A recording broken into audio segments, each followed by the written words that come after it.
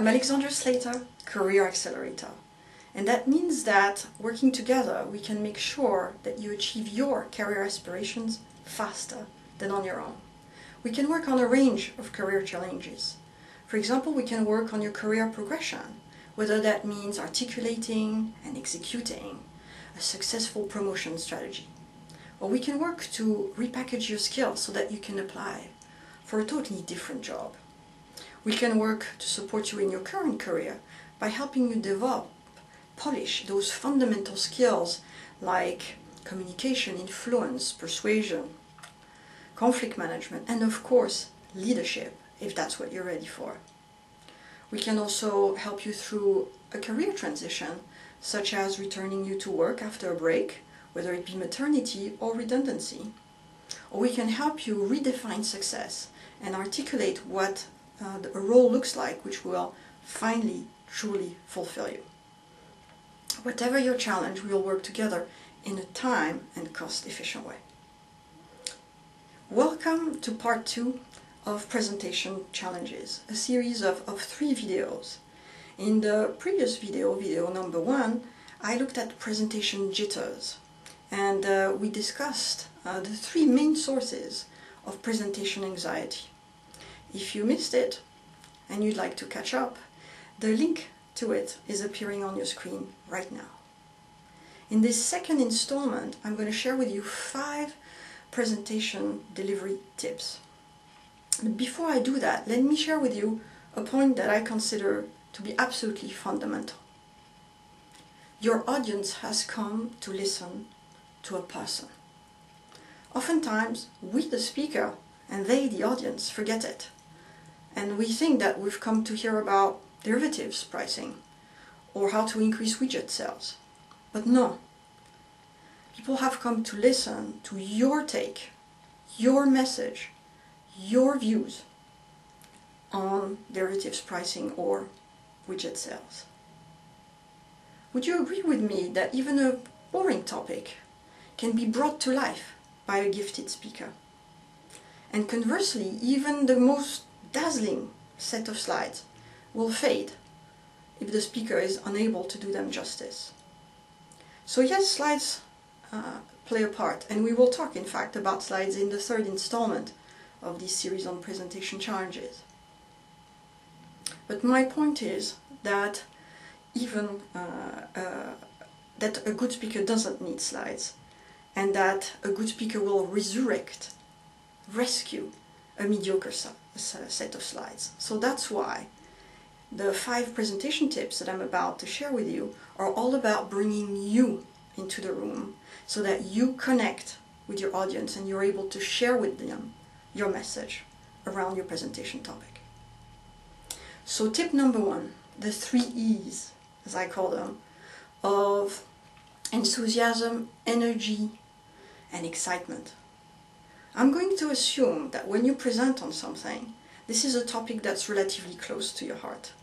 In fact, if it's a topic that you don't know about or that you don't care about, avoid the presentation at all costs. So connect to that enthusiasm, that energy, that excitement that you feel about the topic.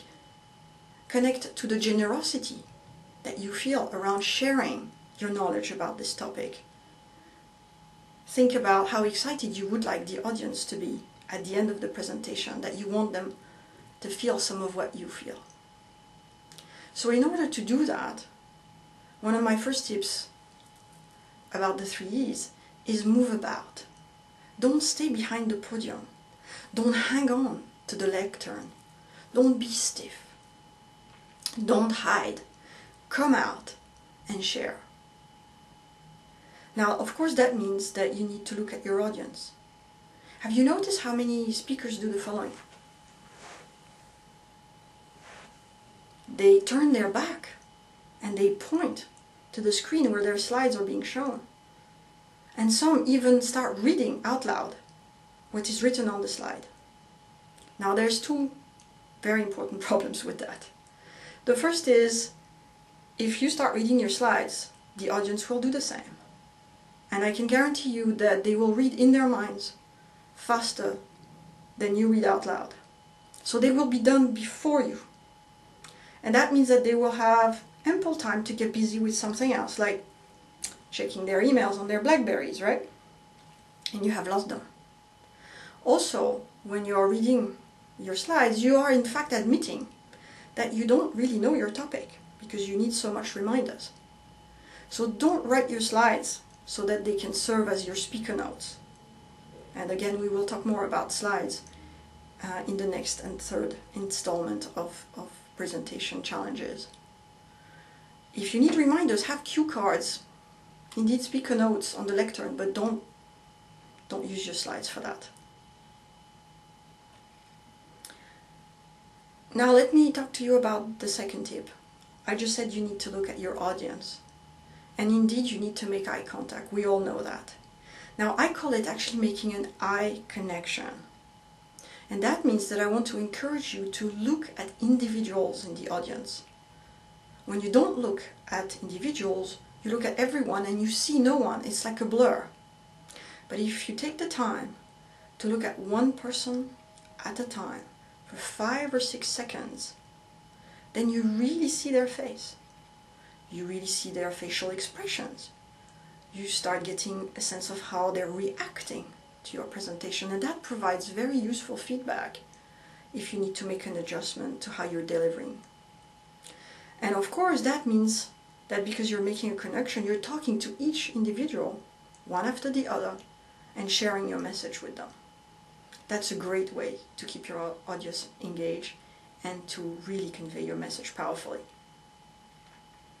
Now, third tip, don't forget to speak. I was just telling you about people reading their slides. Now, what happens when people do that is that their voice goes completely flat. And in fact, even without reading the slides, it is often the case that speakers start to drone on and the audience disengage because there's nothing that keeps their attention from a hearing point of view. So 2 things around that. First of all, project your voice. Think that you're talking to a slightly deaf aunt. So talk to your aunt, this older lady, and speak a little bit louder than normally. The other thing is you need to vary your voice. You need to vary the speed at which you speak as well as the level of your voice, the pitch. So for that, think of having a one-on-one conversation. When you're talking one-on-one with somebody, your voice will naturally go up and down. It will naturally accelerate and slow down. This is the best tip that I can give you around modifying your voice, because if you have to think while you're presenting, I need to change my voice, you're going to have so much stuff going on in your mind that you're going to lose the plot.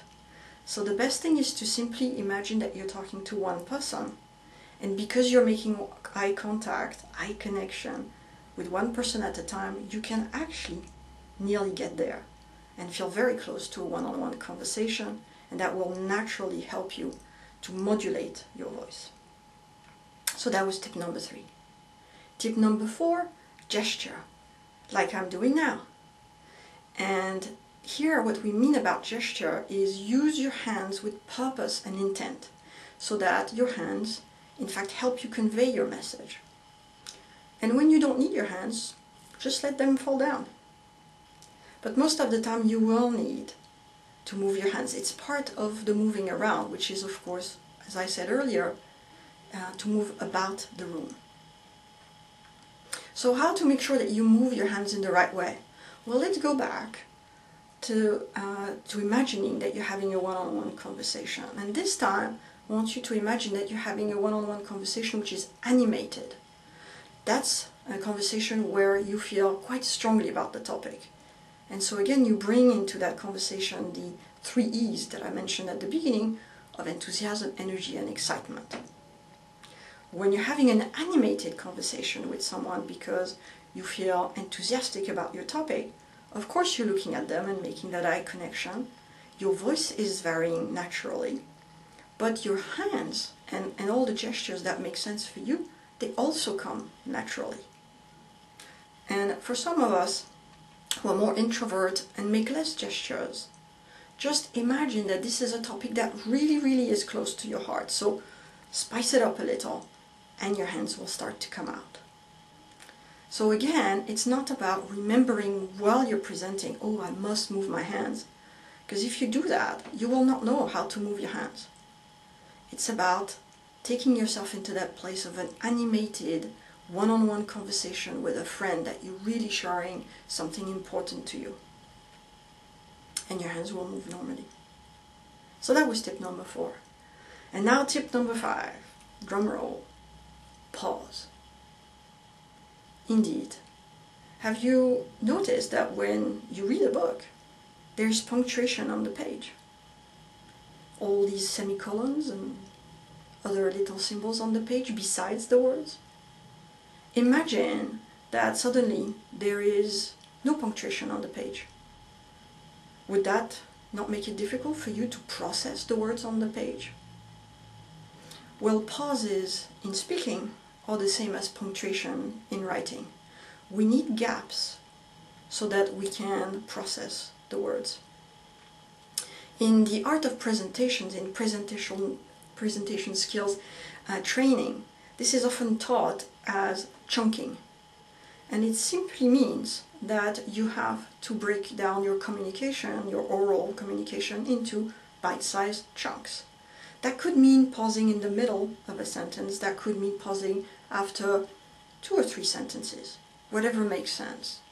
But you need the pauses so that your audience can process it. There's something interesting that was done with people listening to classical music and having their heads wired to, those MRI machines. And what appeared is that when the music was pausing, those people's brains lit up because they were processing the music, and that was helping them enjoy it. So pauses are very fundamental to conveying your message, to making sure that it's well received and understood. And in fact, if you're doing eye connection, you will get that feedback in the person's body language and overall facial expression, that they are able to process, digest your message. So the best way to present is this little process that is now appearing on your screen, which is talking gesture, pause, talking gesture, pause. And of course, when I say talking gesture, I mean talk, make an eye connection, gesture, vary your pitch, and then pause. Right?